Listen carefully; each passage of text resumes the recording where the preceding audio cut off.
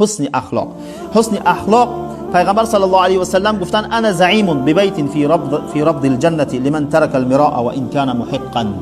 پیغمبر صلی الله علیه و سلم گفتن من و کفیل هستم، من یعنی ضمانت میتم برای کسی که جنجال ترک میکنه. همین جنجال میرا جنجال میگن، یکم وقت بین جنجال میشه ترکش میکنه، ما با اون میگه وعده میتم یک قصر در گوشه های جنت، نگفته وسط جنت، در گوشه های جنت برای کسی که میرا یعنی جنجال ترک میکنه. اگرچه حق بر جانب اوست، یعنی دو نفر بینشون جنجال میشه در یکم کارهای دنیا، یک نفر از یک طرف ترکش میکنه، میگه من با تو جنجال نمیکنم، من خود را به خدا سپردم، گذشت کردم از بحرت گذشتم. اگرچه حق بر جانبش است، دلیلم داره، اما ترک میکنه، اینا به خدا میسپاره. در ایواز پیغمبر صلی الله علیه و سلم گفتن چی؟ در گوشه های جنت، در گوشه های جنت من براش قصر میتونم. همیالی چقدر برادرای هستن که بین خود بین برادراشون نافهمی و رنجش هست، سالها میگذره اما برادرش یک بار سلام علیکم و رحمت الله نمیگه، یک بار از احوال برادرش خودش خبر نیست. بگذار، یعنی امکان داره که اما برادر در حق تو ظلم کرده است، امکان داره، یعنی شاید حق بر جانب توست، اما تو در عوض قصری که در جنت در گوشه های جنت الله برات آماده کرده گذشت کن قصر بگی، گذشت کن قصر جنت بگی. پیامبر صلی الله علیه و سلم گفتن و در دوامش پیامبر صلی الله علیه و سلم گفتن که و انا زعیم ببیت فی وسط الجنه لمن ترك الكذب وان كان مازحا.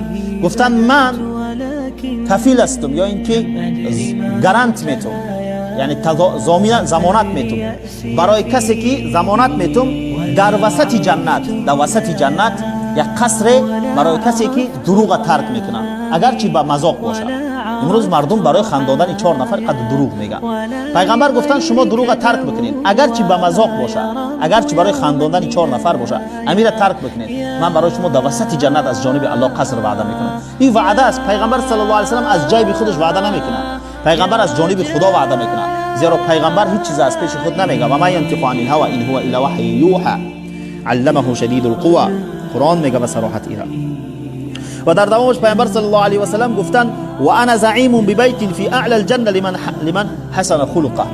پیغمبر صلی الله علیه و سلم گفتن من وعده میتم، ضمانت میتم در وسط، در بلندترین جای جنت، در بلندترینش جای جنت قصر برای کسی که اخلاق نیکو داره، اخلاق نیکو. امروز مردم اخلاق نیکو رو قدر به نظر نمیگیرن، در صورتی که اخلاق نیک زیادتر مردم به جنت میبره. دروغ نگو، تهمت نکو، بهتان نکو، حسد نورز، یعنی خیانت نکو، اخلاق نیک داشته باش، مردم از زبان تو از دست تو در امن باشند، اخلاق نیک داشته باش. این هم خودش در بلندترین مکان جنت که جنت صاحب میشی، بلندترینش. امیالی برات بگن که داو یک طرف کو یک خونه بتین او بهتر است برات، یا اینکه بگن در وسط شهر بهترین یک قصر برات بتن، فرق میکنه نه؟ قیمتش هم فرق میکنه، جاش هم فرق میکنه، امکاناتش هم فرق میکنه. جنت هم بلندترین یعنی مکان جنت البته که بهتر است. برای همین اخلاق خود نیک کنید. پیغمبر صلی الله علیه و سلم گفتن خب از پیغمبر پرسیدن که زیادتر جنت امین نفرا را چی میبره؟ چی؟ پیغمبر گفتن تقوا الله و حسن الخلق.